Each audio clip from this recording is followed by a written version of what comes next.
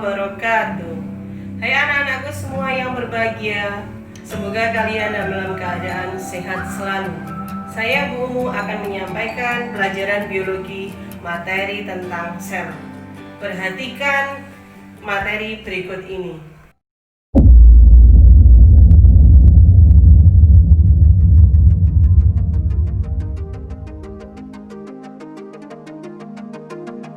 Assalamualaikum warahmatullahi wabarakatuh.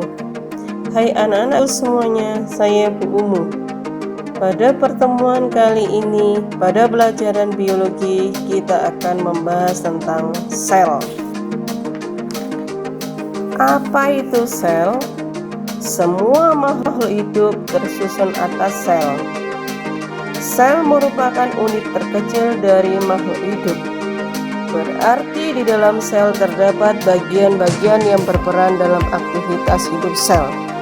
Dalam beberapa teori tentang sel, dua ilmuwan Jacob Schleiden dan Theodor Schwann mengungkapkan bahwa sel merupakan kesatuan dan unit struktural makhluk hidup. Maksud dari struktural adalah tubuh makhluk hidup itu tersusun dari sel-sel. Komponen kimiawi penyusun sel. Seluruh kegiatan kehidupan sel merupakan akibat dari reaksi kimia yang berlangsung di dalam sel. Senyawa kimia penyusun sel disebut protoplasma. Senyawa kimia dalam sel mengandung zat anorganik dan organik. Komponen penyusun organik dalam protoplasma berupa karbohidrat, protein, lemak, dan asam nukleat.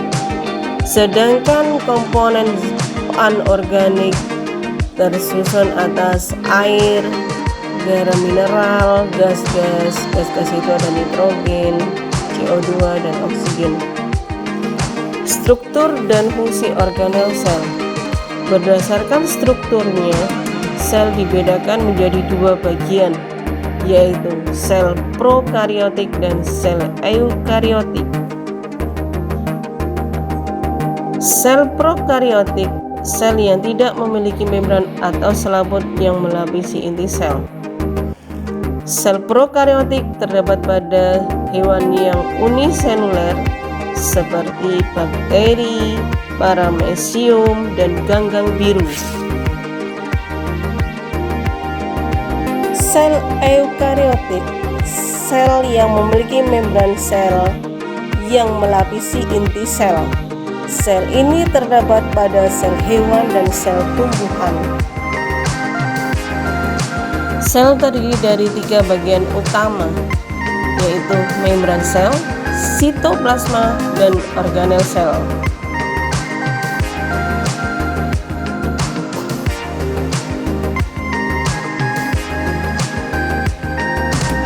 Kita bahas yang pertama adalah membran sel atau yang disebut dengan selaput plasma. Membran sel adalah lapisan pembatas antara inti sel dan lingkungan luarnya. Fungsi dari membran sel sebagai lalu lintas molekul dan ion secara dua arah dari luar sel ke dalam sel. Yang kedua adalah sitoplasma. Sitoplasma ini terletak di dalam sel dan di luar inti sel. Sitoplasma ini tersusun dari cairan dan padatan. Cairan itu disebut sitosol yang bersifat kolit karena adanya protein dan RNA. Sedangkan padatan terdapat organel sel. Fungsi dari sitoplasma sebagai tempat berlangsungnya beberapa reaksi kimia sel dan terapungnya beberapa organel sel. Yang ketiga adalah organel sel. Organel sel ini ada beberapa macam, ada nukleus, retikulum endoplasma, lisosom, badan Golgi, mitokondria, dan lain-lain. Mari kita bahas satu persatu. Yang pertama, nukleus atau inti sel. Nukleus terdiri dari selaput inti, cairan inti yang berfungsi untuk mengatur aktivitas sel, karena di dalam inti sel terdapat kromosom yang berisi DNA untuk mengatur sintesis protein.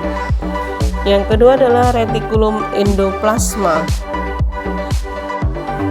RE ini merupakan sebuah sistem yang membrannya berlipat-lipat yang bersatu dengan membran sel dan membran inti. Ini adalah gambar dari retikulum endoplasma. RA dibedakan menjadi dua tipe, RE kasar dan RE halus. RE kasar ditempeli ribosom, sedangkan RE halus tidak ditempeli ribosom. RE kasar sebagai alat transportasi protein yang disintesis oleh ribosom. RE halus berfungsi menyintesis lipid, fosfolipid, dan steroid. Yang ketiga adalah badan Golgi. Badan Golgi ini terbentuk seperti kantong pipih yang dibatasi oleh membran. Pada sel tumbuhan, badan Golgi disebut diktiosum. Fungsi dari badan Golgi yaitu 1. Membentuk membran sel dan dinding sel tumbuhan. 2. Membentuk kantong pada sel-sel kelenjar untuk sekresi. Yang ketiga, membentuk akrosom pada spermatozoa, kuning telur pada sel telur, dan lisosom. Yang keempat, tempat pembentukan zat-zat sekresi dan menyekresikannya keluar sel. 4. Mitokondria. Nah, mitokondria ini terdapat pada semua sel eukariotik yang berfungsi sebagai tempat berlangsungnya respirasi aerob sel. Yang kelima, lisosom. Lisosom ini dibentuk oleh badan Golgi yang berfungsi 1. Melakukan pencernaan intrasel. Yang kedua, autolisis adalah penghancuran diri sel. Yang ketiga, autofagi adalah penyingkiran struktur-struktur yang tidak dikehendaki dalam sel. Yang keempat, eksositosis adalah pembebasan enzim keluar sel. Keenam, badan mikro. Kita pernah membahas badan Golgi. Apa sih bedanya dengan badan mikro? Badan mikro adalah ada peroksisom dan glioksisom. Peroksisom mengandung enzim katalase yang berfungsi menguraikan hidrogen peroksida menjadi oksigen dan air. Sedangkan glioksisom hanya terdapat pada tumbuhan. Glioksisom mengandung enzim yang dapat mengubah lemak menjadi gula.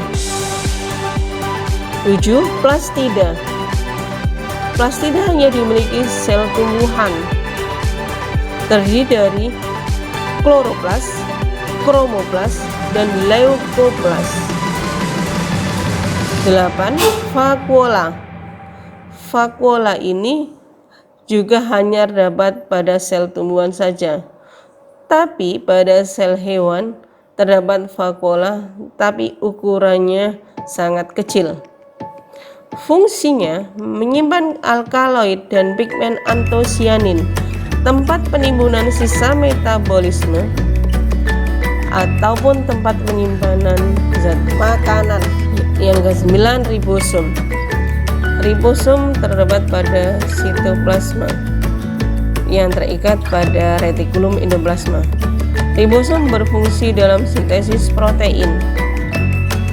10. Sentriol. Sentriol hanya dimiliki oleh sel hewan. Sentriol yang memiliki jumlah sepasang disebut sentrosom. Ketika sel membelah, sentriol bereplikasi menghasilkan benang-benang spindle untuk menyusun kromosom. 11. Sitoskeleton.